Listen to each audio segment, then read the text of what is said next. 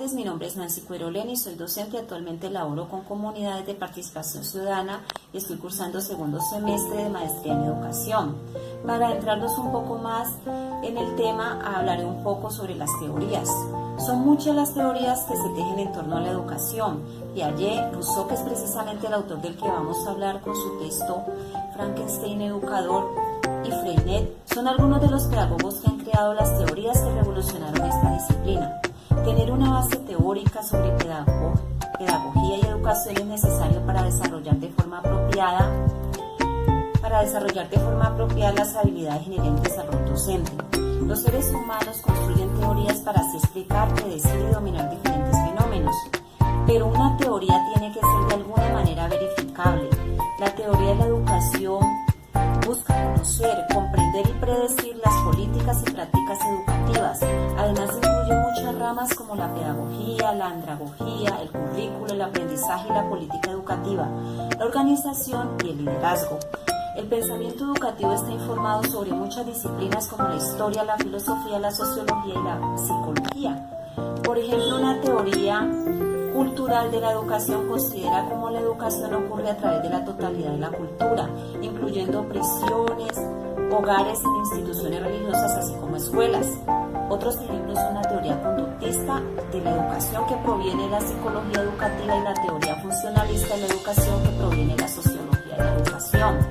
En cuanto al pensamiento educativo, no se refiere necesariamente a la construcción de teorías, tanto como el análisis reflexivo de las cuestiones y problemas educativos desde la perspectiva de las diversas disciplinas. En el libro Frankenstein educador, la revolución copérnica en pedagogía que produce Philippe Meyrier, en su libro es que debe cambiar la concepción de educación como fábrica, como es la que propone el Dr. Frankenstein, siendo así uno de los aspectos que me replanteo, que es la primera pregunta. Es la educación tradicionalista, y es que la educación debe centrarse en la relación entre sujeto y el mundo humano que lo acoge. De esta manera, el educando será capaz de construirse a sí mismo. Meyrier enfatiza que educar no consiste simplemente en desarrollar una inteligencia formal capaz de resolver problemas, sino que es también desarrollar una inteligencia histórica capaz de discernir en herencias culturales. Se está inscrito.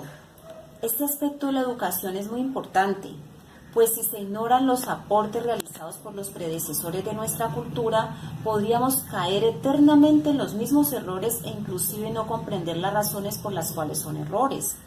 Entonces, educar es ante todo introducir a un universo cultural, lo cual es cada vez más difícil, como ustedes se darán cuenta, pues actualmente el entorno cultural cambia radicalmente de una generación a otra. Por otra parte, el texto subraya la conciencia de que se tiene hoy en día sobre la importancia de la educación para nuestro futuro. En consecuencia, la importancia que tiene el rol del educador se señala que éste debe, alejándose del determinismo y el fatalismo imperantes unas décadas atrás, ser algo con el educando. Entonces el educador puede considerar al hombre que educa como un logro, su logro. Debemos aceptar la tarea. Trabajar con sujetos singulares que se comprometen debe ser trabajada como praxis, o sea, un hacer, como una experiencia diferencial que incluye estudiante, intención, educadores, que organiza el entorno y selecciona los procesos de aprendizaje. En cuanto a la segunda pregunta, como decía, el aspecto de la lectura Frankenstein educador que me fortalece profesionalmente es que el texto se afirma que la finalidad de la pedagogía consiste en ayudar a los prácticos, sobre todo a comprender su práctica. Respecto a este comprender, aquí menciono las teorías de Perkins, Gardner, Newell, 1990. A pesar del panorama alentador que se desprende de estas transformaciones, sigue presente en la raíz de los procesos educativos un problema altamente preocupante relacionado con el tema que nos ocupa. Es precisamente la comprensión. En efecto, la gran mayoría de los estudiantes que se gradúan de educación básica lo hacen sin haber comprendido lo que aprendieron. Y según investigaciones, esto le sucede no solo a los estudiantes que logran terminar sus estudios después de muchos fracasos, sino también a aquellos que siempre tuvieron éxito en el proceso.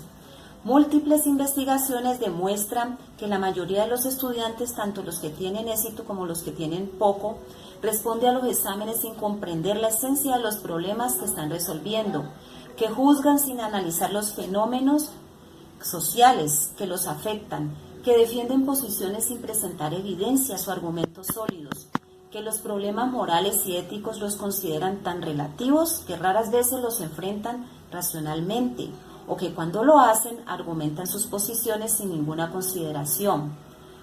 Por el otro, que reduce la complejidad de cualquier obra artística a descripciones ligeras sin exploración de sentido.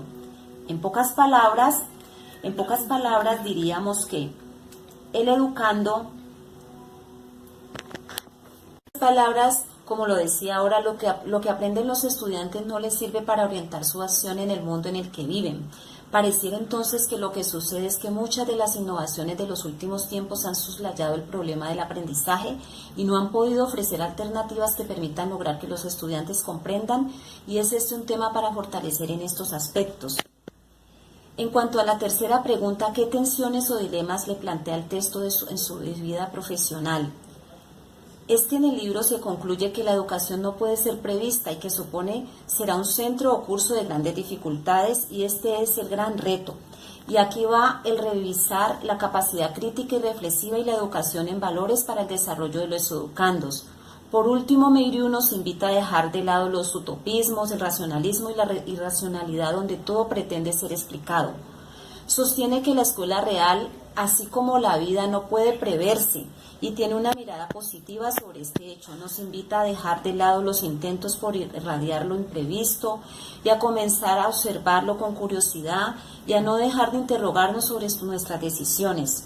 Opino que debemos empezar a cambiar el concepto de educación, llegar a la comprensión de lo que es la educación, dejarlo de ver como esa camisa de fuerza que nos obliga a cumplir con unas notas, comprender la educación de una manera más agradable, que el estímulo, interacción, la comprensión, el juego sea parte de este aprendizaje, que el aula esté llena de alumnos felices. Juntos, docentes y estudiantes, hagamos parte de esa transformación, de esa revolución educativa. Para mí ha sido muy interesante este texto. Espero para ustedes haya logrado transmitir y compartir mis percepciones y dejar inquietudes respecto al tema educativo. Muchas gracias.